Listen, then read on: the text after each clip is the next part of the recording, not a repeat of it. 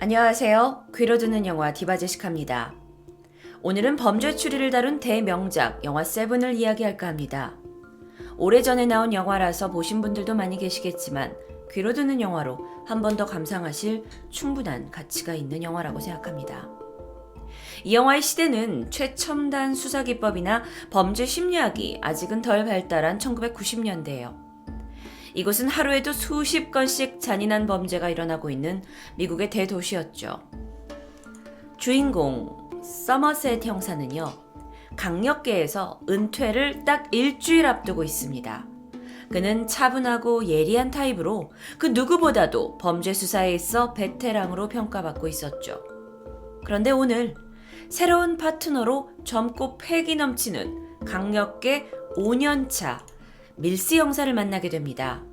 그는 사건 사고가 많은 이 지역으로 자진해서 전근 올 만큼 자신감이 넘쳐 보였지만 한편으로 약간 다혈질적인 기질도 가지고 있어요. 월요일입니다. 밀스 형사는 어여쁜 아내와 새로 이사 온 집에서 아침을 맞이했는데요.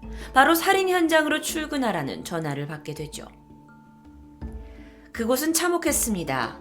집안은 더럽고 지저분해서 벌레가 여기저기 다녔고 이 불조차도 제대로 들어오지 않는 곳인데 좋기 200kg를 훨씬 넘어 보이는 남성이 스파게티에 얼굴을 처박은 채 사망해 있었습니다.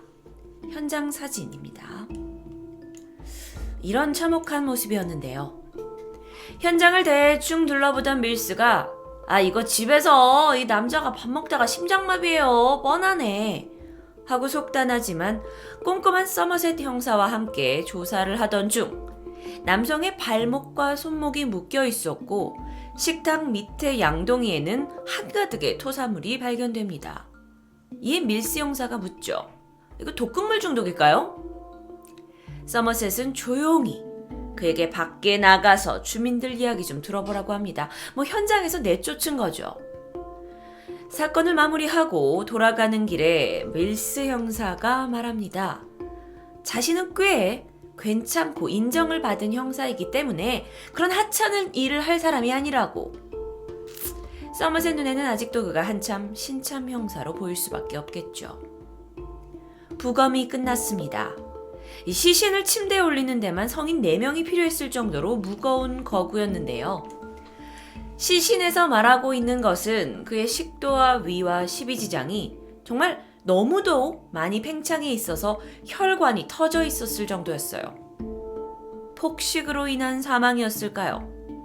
그런데 그의 머리 쪽에는 타격을 당한 흔적이 있었고 머리 옆에는 총구를 오래 겨누고 있었던 자국이 시신에 그대로 패여 있었습니다.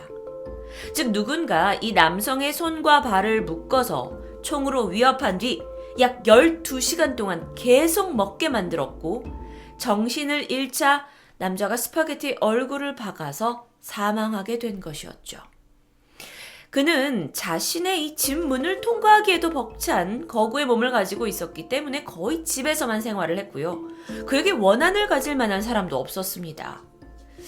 그런데 서머셋 형사는 이유도 없이 누군가를 이렇게 천천히 살해하는 것을 즐기는 범인이라면 이런 유사범죄는 또 일어날 수 있다고 경고를 하죠.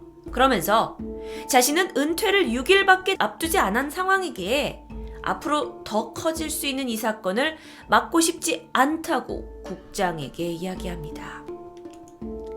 그런데 화요일이 되었습니다. 또 하나의 살인사건이 발생합니다. 이미 현장 1층에는 수많은 기자들이 모여 있어요. 한 변호사가 자신의 사무실 바닥에 무릎을 꿇은 채 사망한 상태로 발견됐는데 피를 많이 흘렸고 무엇보다도 사진 속처럼 현장의 바닥에는 greed, 탐욕이라는 단어가 피로 써져 있었습니다. 한편 사건을 맡지 않겠다고 했던 서머셋은 여전히 어제의 사건을 수사 중이었는데요. 다시 사건 현장을 찾았고 집안 곳곳을 보다가 냉장고 바로 앞 바닥에 이렇게 긁힌 자국이 있는 것을 확인해요. 누군가 냉장고를 앞으로 끌어서 생긴 자국이었습니다. 그는 냉장고 뒤쪽을 살펴봤는데 거기서 2가지를 발견합니다. 하나는 쪽지였어요. 쪽지에는 지옥에서 벗어나 빛에 이르는 길은 멀고도 험하다 라는 민턴의 신라권에 나오는 글귀였고요. 또 다른 하나는 벽에 기름으로 써져 있는 글자, 바로 탐식이라는 단어입니다. 순간 서머셋은 이 앞서 있었던 사건과 오늘 일어난 변호사 살인 사건이 관련된 연쇄살인임을 직감했고요. 범인은 7대 죄악, 앞서 있었던 탐식과 욕망을 썼던 두 사건, 그리고 앞으로 나태, 분노, 교만, 욕정, 시기까지 범인이 이와 관련된 대상을 해서 살인을 저지를 거라고 예상하고는 절대 나는 이 사건을 맡지 않겠다라고 주장합니다. 하지만 결국 그는 퇴근 후에 집에 가지 못하고 도서관으로 발길을 돌렸고요. 그곳에서 초서의 캔터베리 이야기라든지 단테의 연옥편이라든지 7대 죄악과 관련 있는 서적을 찾아보고 그걸 또 다 복사해가지고 밀스 형사의 책상에 올려두게 됩니다. 오늘은 수요일입니다. 밀스 형사는요, 이 서머셋 형사가 알려준 어려운 고전을 막 읽으려다 스트레스 받고 막 결국 동료한테 얻은 요약본이라도 읽어보려고 애쓰고 있는 모습입니다. 오늘은 서머셋이 쓰던 방을 밀스가 이제 물려받게 되는 날이었는데요. 선배가 앉던 자리에 앉는 게 좀 어색했지만 밀스는 곧 익숙하게 자신의 오피스를 정리합니다. 그런데 이때 전화 한 통이 울려요. 밀스가 받았더니 와이프입니다. 그리고 이내 작은 목소리로 여보? 왜 여기로 전화했어? 일할 때 사무실로 전화하지 말라니까. 그러다 대뜸 서머셋 형사님에게 전화를 바꿔주는데요. 와이프는 서머셋 형사님을 위한 저녁 식사를 준비했다고 하고 식사에 초대받게 됩니다. 밀스 형사의 와이프는 아주 다정한 여성이었어요. 밀스와 아내는 아직 아이가 없는 채 개 몇 마리를 집에서 키우면서 단란하게 살고 있었죠. 아내 트레이시는 저녁을 준비하면서 고등학교 때 남편을 처음 만났는데 첫눈에 그의 유쾌함에 반했다는 이야기를 아주 편하게 풀어냅니다. 사실 세 사람은 좀 다소 어색한 저녁 식사를 잘 마치게 됐는데 이후 이어지는 대화에서 서머셋 형사는 아직 결혼하지 않고 혼자 살고 있었고 이 지역에서 꽤 오래 살았다라는 진지한 이야기가 있던 도중 갑자기 집이 흔들립니다. 지진인가요? 아니에요. 이 집 옆을 지나는 지하철 때문에 집 전체가 흔들린 건데요. 밀스는 부동산 업자가 인상이 좋아 보여가지고 이 집을 5분만 보여준다고 해서 계약을 하고 집에 와보니까 이 지경이라고. 좀 안쓰러운 이야기였는데 이에 서머셋은 웃음이 터져 나옵니다. 그리고 이 덕분에 세 사람이 서로를 보며 한껏 웃으면서 그동안의 긴장감과 어색함을 풀어버리게 되죠. 저녁을 먹은 후에 서머셋은 이 변호사 살인 사건에 대해서 밀스와 검토를 합니다. 그는 화요일 아침에 발견되었습니다. 묶여있는 상태였고 오른손은 풀려 있었는데 대신 식칼이 들려져 있었죠. 바로 그 옆에는 이렇게 저울이 놓여져 있었습니다. 그리고 저울에는 1파운드에 변호사의 살덩어리가 올려져 있어서 수평을 이루고 있었고 그 옆 종이에는 뼈와 연골을 포함하지 않은 순수 살덩이 1파운드만 두면 당신은 풀려날 거라고 적혀 있었어요. 그러니까 즉 범인은 변호사가 어디를, 몸의 어떤 부분을 자를지를 직접 결정하게 한 겁니다. 그리고 위협을 받고 있는 상황에 변호사가 자신의 뱃살을 잘라냈고 과다출혈로 사망한 거겠죠. 그런데 첫 번째 그리고 두 번째 사건의 현장 사진을 보던 서머셋이 외칩니다. 이건 설교야. 범인은 살인을 통해서 지금 뭔가를 설교하고 있는 거라고. 두 사람이 읽은 책에서 본 7가지 죄악, 그건 중세교회 설교 때 나온 겁니다. 설교의 내용은 속죄에 관련된 것이었고 이런 류의 책을 읽고 영향을 받은 범인이 누군가의 죄를 뉘우치게 하려고 살인을 하고 있다라는 이런 이론이 되는 건데요. 두 사람은 계속 추리를 해봅니다. 그런데 이상한 점이 있습니다. 현장에서 가장 흔하게 발견돼야 할 지문이 어디에도 없었습니다. 그러니까 현장을 범인이 어떻게 빠져나갔는지조차 알 수 없었어요. 범인이 남긴 단서가 분명히 있을 텐데요. 두 사람은 변호사의 아내를 찾아갑니다. 그리고 이 살해 현장의 사진을 보여줘요. 참혹하게 살해된 남편의 사진을 보고 그녀는 비명을 지르게 되는데요. 두 형사는 힘들겠지만 그래도 이 현장에서 뭔가 달라진 게 없냐고 묻습니다. 부인은 처음에 못 보겠다고 하다가 벽에 그림이 거꾸로 걸려져 있네요. 두 사람은 바로 현장으로 달려가고 그림을 떼어냅니다. 뒤엔 아무것도 없어요. 서머셋 형사가 그림 뒤에 종이까지 다 찢어냈지만 역시 아무것도 없었습니다. 밀스 형사는 새벽에 이게 무슨 고생이에요 하면서 짜증을 내는데 서머셋이 그림이 걸려있던 벽으로 올라가서 붓으로 살살 염료를 묻혀서 드디어 지문을 찾아냅니다. 그런데 지문이 벽 이곳저곳에 있어요. 감식반이 도착했고 벽에 찍혀있는 지문이 만들어낸 문장을 발견합니다. 바로 help me, 도와달라는 뜻인데요. 분명 누군가가 일부러 여기에 남긴 겁니다. 하지만 이걸 범인이 했다고 보긴 좀 힘들었고 이 지문이 변호사의 지문도 아니었어요. 두 사람은 경찰서 당시 286 컴퓨터에 지문 감식을 맡기는데 이게 내일 아침이나 돼야 결과를 볼 수 있다고 합니다. 결국 두 사람은 서에서 밤을 새우게 되죠. 목요일 아침이 되었습니다. 현장에서 발견된 지문은 빅터라는 사람입니다. 그는 오랫동안 정신병을 앓고 있었고 마약 거래, 강도, 폭력, 미성년자 강간까지 아주 전과가 화려했어요. 근데 보니까 두 번째 피해자였던 변호사로부터 도움을 좀 받아서 형량을 줄인 것이 밝혀졌습니다. 그러니까 둘 사이의 관계가 설명된 거죠. 그의 주소가 바로 파악이 되었고 경찰은 서둘러 특수기동대를 구성해서 그곳을 덮치기로 합니다. 그런데 이때 서머셋 형사가 서류를 살펴보다가 넌지시 던져요. 잘못 짚은 거 아니야? 범인은 아주 용의주도한 사람이야. 특수기동대는 빈민가 허름한 아파트에 도착합니다. 수많은 경찰들이 건물을 에워쌌고 각기 다른 출입구로 총을 들고 들어갔어요. 드디어 집 문을 부수고 들어갔는데 이곳 또한 거의 사람이 살았나 싶을 정도로 지저분하고 문제는 아무도 없었습니다.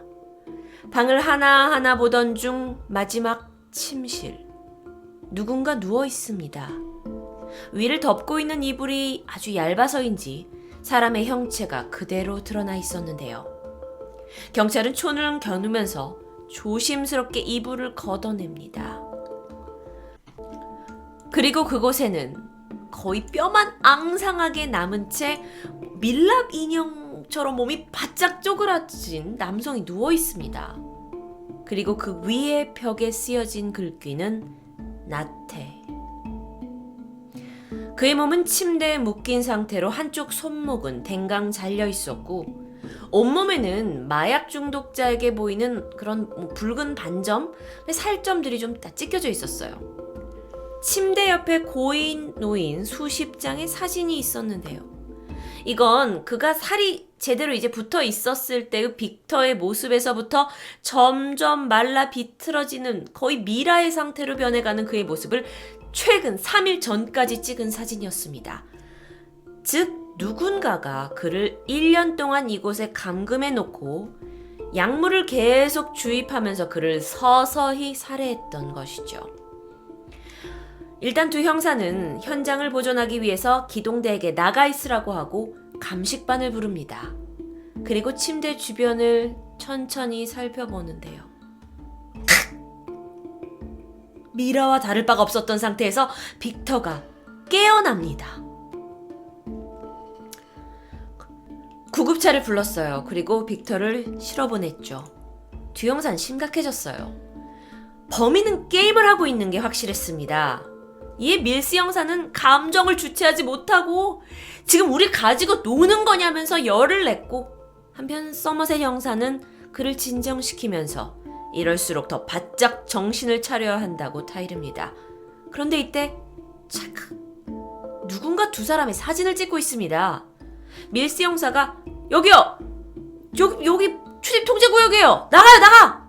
하면서 사진기사를 저지하는데 그러면서 그의 카메라를 차버립니다. 기자는 열이 받아가지고 내가 네 얼굴 다 찍었어! 하면서 나가는데 밀스 형사는 되려 왜? 내 이름도 알려줘? 밀스다! 화를 통제하지 못합니다. 서머셋 형사가 옆에서 한심하게 쳐다봤죠.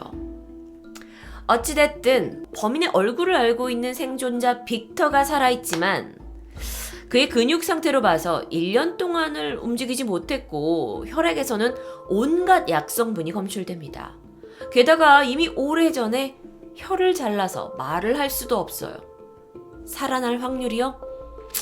지금으로선 작은 불빛만 보더라도 쇼크로 사망할 수 있다라고 의사가 이야기를 하는데요. 그에게서 범인의 정보를 얻기란 불가능해 보입니다. 그날 밤 서머셋 형사에게 걸려온 전화는 밀스의 부인 트레이시였어요. 그녀는 이곳에 아는 사람이 없어서 그러는데 내일 오전에 잠깐 만날 수 있냐고 말하네요. 말투가 상당히 걱정스러웠기에 밀스는 약속을 정합니다. 금요일 아침 부인과 그러니까 밀스의 부인과 서머셋 형사가 만나게 돼요. 트레이시가 이곳에 이사를 오고 나서 이 새로운 환경에 적응하기도 너무 힘들고 이 도시가 너무 싫다. 근데 이걸 남편한테 쉽게 털어놓을 수가 없다고 고민을 이야기합니다. 그래서 여기서 오래 살았던 서머셋을 만나서 이제 이야기를 하고 싶었던 거죠. 그런데 대화 끝에 그녀가 임신을 했다고 고백하고요. 그 트레이시는 이런 위험한 도시에서 아이를 키우고 싶지 않고 불안했겠죠. 서머셋은 아이를 원한다면 당신이 해줄 수 있는 최선을 다해야 되는 거 아니냐라는 둘이 뭉실한 조언을 남기게 되죠. 경찰서로 돌아온 두 사람, 형사들은 사건이 남긴 단서를 하나하나 훑어보고 있습니다. 밀스 형사는 아니 지금 이 순간에도 어디선가 살인을 저지를 이거 미친놈이라면서 흥분을 하는데요. 서머셋 형사는 이자가 1년 전부터 범죄를 계획하고 자기가 원하는 타이밍에 우리를 현장으로 오게 한 놈이니까 이건 단순히 미친놈이 아닐 거라고 분석합니다. 그러다 갑자기 서머셋 형사의 머리에 뭔가 떠오르는데요. 귀로 듣는 영화 2부에서 계속됩니다. 재밌게 들으셨다면 구독도 잊지 말아주세요.